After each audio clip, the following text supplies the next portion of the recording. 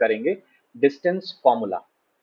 जैसा कि आप देख रहे हैं यहाँ पे डिस्टेंस फॉर्मूला। अब डिस्टेंस फॉर्मूला है क्या, हम किसके बारे में बात कर रहे हैं, यहाँ पे लाइन के बारे में बात कर रहे हैं, कोऑर्डिनेट्स के बारे में बात कर रहे हैं।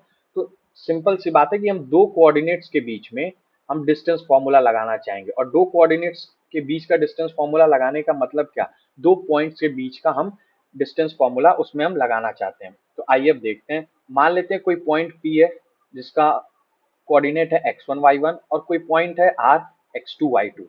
इसके कई सारे तरीके हैं हम इसको डिराइव करने के लिए। जैसे ये पॉइंट P है, इसको x1 y1, ये पॉइंट R है, इसको x2 y2। फिर उसके बाद हम इसमें क्या करते हैं कि एक बेस ड्रॉ करते हैं, फिर एक परपेंडिकुलर इस पे गिराते हैं, 90 डिग्री एंगल बनता है, ये हमारा हाइपोटेनस हो जाता है। तो हाइपोटेनस का स्क्वायर इक्वल्स टू परपेंडिकुलर का स्क्वायर प्लस बेस का स्क्वायर, और फिर हम इक्वल्स टू करते हैं, जो हाइपोटेनस का रूट होता है वो कुछ उसके इस तरीके से ऊपर चला जाता है। और ये x2 minus x1 y2 minus y1 यही इन दोनों के डिस्टेंस होती हैं। तो इन सब पे हमको नहीं जाना है, हमको फॉर्मूला अच्छे से याद रखना है, जो कि फॉर्मूला हमारे इस क्वेश्चन में और इस टॉपिक में है कि ये होता है P R is equals to x2 minus x1 का whole square plus y2 minus y1 का होल स्क्वायर। मतलब जो भी कोऑर्डिनेट्स आपको पहले से दिए होंगे उन दोनों पॉइंट्स के, उन दोनों पॉइंट्स के जो भी कोऑर्डिनेट दिए होंगे उसमें से पहले x वाले कोऑर्डिनेट्स को माइनस करके हम उसका स्क्वायर करेंगे, और फिर y वाले कोऑर्डिनेट को माइनस करके हम स्क्वायर करेंगे और उन दोनों के सम पे अंडर रूट रखेंगे। ये कोई पूछ सकता है कि y2 माइनस y1 या y1 माइनस y2, तो कोई फर्क नहीं पड़ता। जैसा आप देख सकते हैं यहाँ पे दोनों ही पे स्क्वायर है, y2 माइनस y1 कीजिए या y1 माइनस y2, स्क्वायर जो होगा वो दोनों आंसर सेम ही लेके आएगा। यानी कभी भी डिस्टेंस फॉर्मूला निकालना है तो दोनों के कोऑर्डिनेट्स जो दिए हुए हैं सेम तरीके के कोऑर्डिनेट्स को सब्सट्रैक्ट करके उनका स्क्वायर और उन दोनों को ऐड करके उसके ऊपर रूट। अब हम एक एग्जांपल के थ्रू इस क्वेश्चन को देखते हैं।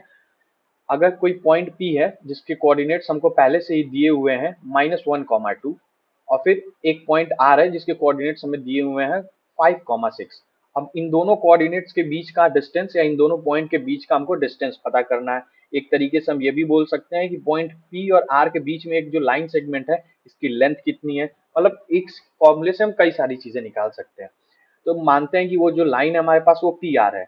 उसके बाद हम वो फॉर्मूला जो हमारे पास पहले थे साथ कि दोनों में के एक्स कोऑर्डिनेट को सब्सट्रैक्ट करके स्क्वायर करके सम कर देंगे, वाई कोऑर्डिनेट के सब्सट्रैक्ट करके स्क्वायर कर देंगे।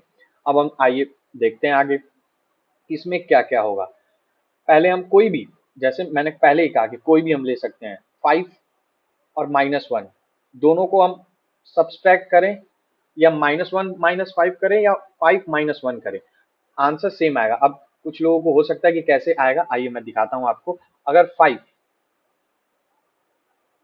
माइनस, जैसे कि यहाँ पे माइनस का सिंबल पहले से ही है, और -1 जो कि हमको पहले से ही p का कोऑर्डिनेट दिया हुआ है उसको -1 करते हैं, और फिर उसके बाद ये दोनों सब्सट्रैक्ट करने के बाद अगर हम स्क्वायर करते हैं तो आप ध्यान दीजिए क्या आएगा।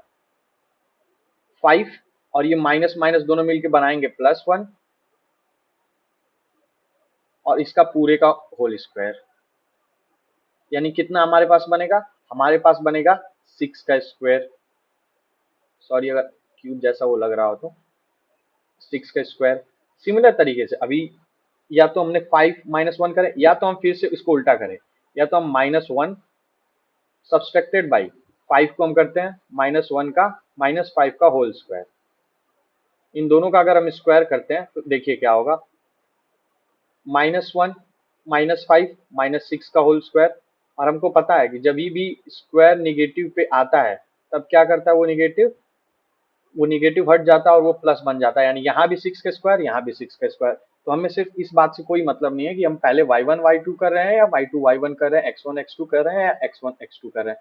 सिर्फ हमको इस बात से मतलब होना चाहिए कि हम सब्सट्रैक्शन और एडिशन सही से कर रहे हैं। तो 5 माइनस ऑफ -1 6 का स्क्वायर हो जाएगा, और 6 -2 का होल स्क्वायर यानी 4 का स्क्वायर हो जाएगा।